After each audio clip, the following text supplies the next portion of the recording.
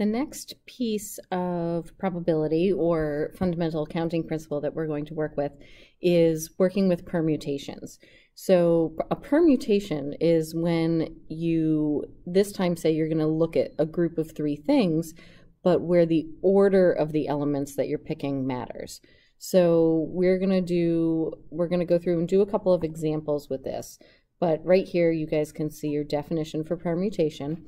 So you have n different elements in an ordering of the elements such that one is first, one is second, one is third, and so on. So that would be if you were, had people finishing a race, the order that they come in that race is important. So here's an example of a problem where we've got the letters A, B, C, D, E, and F, and we want to figure out how many permutations of the letters are possible. So we figure we have 6 different letters, 1, 2, 3, 4, 5, 6, that we're going to put together, and we're going to multiply together because this is our fundamental counting principle. And we say, okay, how many different choices do you have for the first space? There's 6 different choices because there were 6 letters. But once that letter has been filled in, now there's only 5 choices left for your second one, and then 4 choices, and then 3, and then 2, and then 1. So we do the multiplication of that out, and we find out that there were a total of 720 different ways we could put those letters together.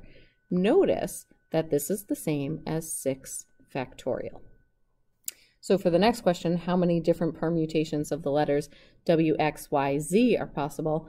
I'd like you guys to pause the video and go ahead and do that. Okay, now that you have done that problem out, there are 4 choices, 3, 2, and then 1 choice. So that works out to a total of 24 different permutations. Or another way to do that is to say that's 4 factorial. Taking a look at this next problem, we have 8 horses running in a race. And as they come in, we're going to have a horse come in first, a horse come in second, and a horse come in third. So as they're racing, all 8 horses are racing, there are 8 different horses that could possibly come across the line first. Once that horse crosses the line, there are only 7 different choices for second place, and he crosses the line, and now there's only 6 different choices for third place. We do that out, and we find out that there are 336 ways that those horses can possibly finish that race. So next we have a club. It has a total of 5 members in this coin club, and they're going to select a president and a vice president. So there are 5 options for president. Once that seat is filled, there's only 4 people left that could potentially be vice president. So that would be 20 different ways that we could choose our president and our vice president. So we have some notation for dealing with permutations. So we're going to work with taking n elements, and we're going to take r of them at a time. So if you go back and look at the examples that we did before, the first one we had 6 letters, and we were choosing all 6 of them, trying to figure out how many different ways we can put them together. Whereas when we did the horse race, there were 8 elements or 8 horses, and we were only choosing 3 of them because we wanted a first, second, and a third place. So permutations, the symbols are very similar to that of our combinations or our C that we were working with the other day. Only in this particular case, we are just doing n factorial over, and then in this case, 8 minus 3 factorial or n minus r. So you're not doing quite as much, and we don't have a real shortcut way to get through these. We just have to write them out. But you guys can see as I'm writing this one out that we will have lots of canceling, just like we did when we did our combinations last week with our C versus our P. So we're going to have 8 times 7 times 6. So this is kind of just like the case of the horses, where there were 8 horses and we were picking 3 of them to come in order, and there were 336 different ways that that could happen. So here on this slide, this is just a reminder for us that when we are working with permutations, order is important. So it's kind of like if you were, writing a word, if you had the word ABD, which is not a word at all, that would be very different than the word BAD. So it is important to note, that the order of the letters is different for these two. However, they've talked here about this list of letters. If you have the list of letters A, A, B, C, and we wanted to come up with the total number of permutations, we have 4 elements and we'd be picking 4 of them. So that would come out to 4 times 3 times 2 times 1, or 4 factorial. And we would find out there were 24 different ways to put these letters together. However, they would not all be distinguishable because you wouldn't be able to tell the difference between this A and this A in my list of letters. Therefore, we have a way to get through to find the number of distinguishable, meaning we can tell the difference between them, permutations. So we'll take a look at a couple of those next. Okay, so for this distinguishable permutation, we're going to have a whole set of objects. We're saying that there are n objects in our list. So there are n things in the list. So N1 is one kind of object, N2 is another kind of object. So by objects, we mean that N1 could be an A, and N2 could be a B, and so on and so forth. So what we're going to do is we're going to say the number of elements in my set is the same as doing N1 plus N2 plus N3 plus so on and so forth. However, there might be more than one of each of these things. N1 might represent how many A's I have in my list. N2 could be how many B's I have in my list. So to find the number of distinguishable permutations, I take the total number of elements and then I divide it by the number of each of those elements factorial. And I list them all down bottom. Now, if I only have one object, if I do 1 factorial down bottom, it's not going to change the value at all. So let's go through and do an example. So for this problem, I'm being asked, in how many distinguishable ways can the letters in banana be written? So what I need to do is I need to go through and look at all of the different elements of this. The first thing, if I look at the word banana, I've got B-A-N-A-N-A. I have 1, 2, 3, 4, 5, 6 elements all together. So my N, my number of elements, happens to be 6.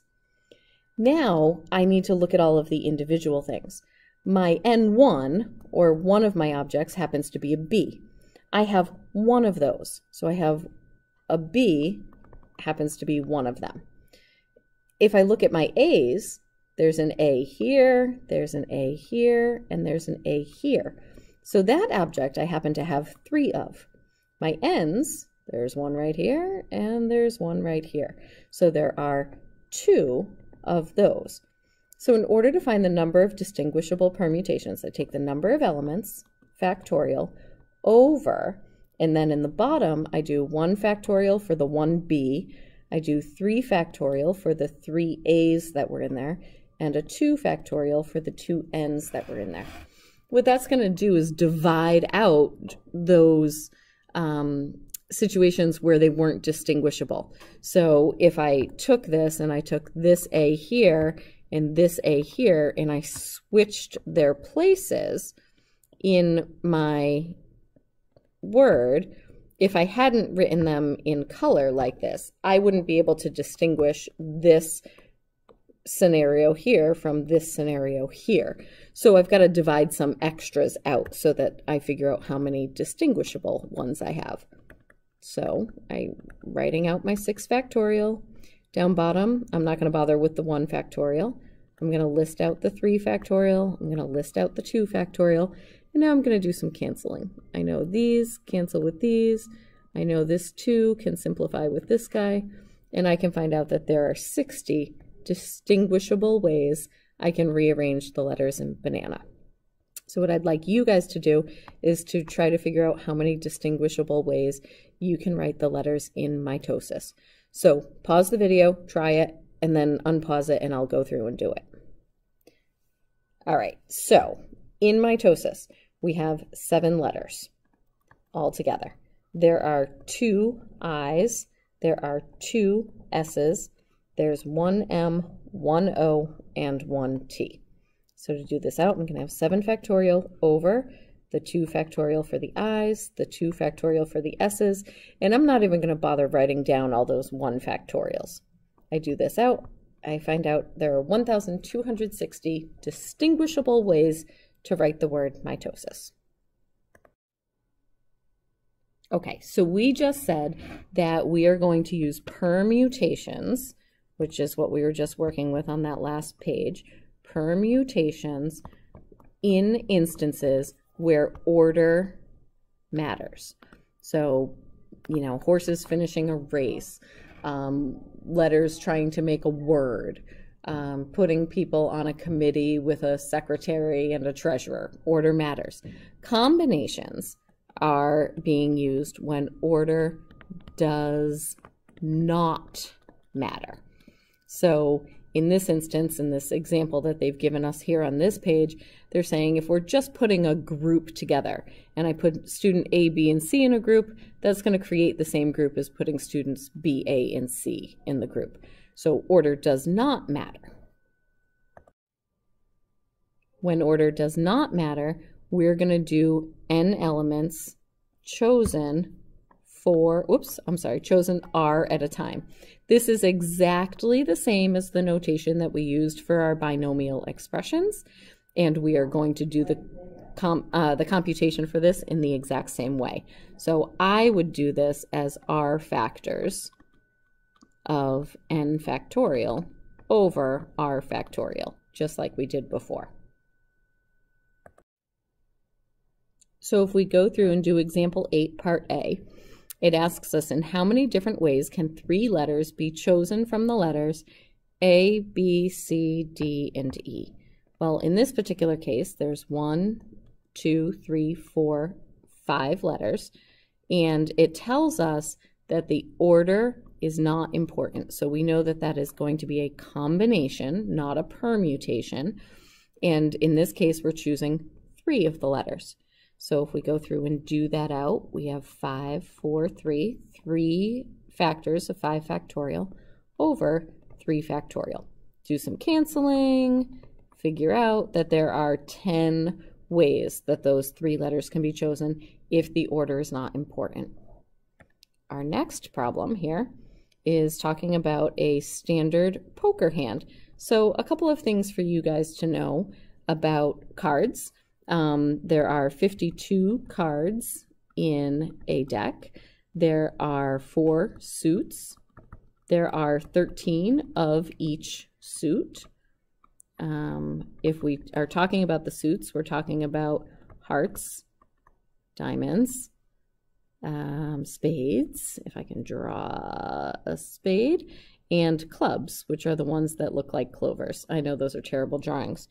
Remember that the hearts and the diamonds are both red, and that the spades and the clubs are both black. So as you work through problems, you guys might need to know that information. I don't think we need it for this particular hand. When we're being dealt cards, we know that order is not important because you can always take the cards and rearrange them in your hand. So in this case, standard poker hand, being dealt, we know that there are 52 cards in the deck, and we are choosing to have 5 of them dealt to us. So we're doing a combination because the order does not matter.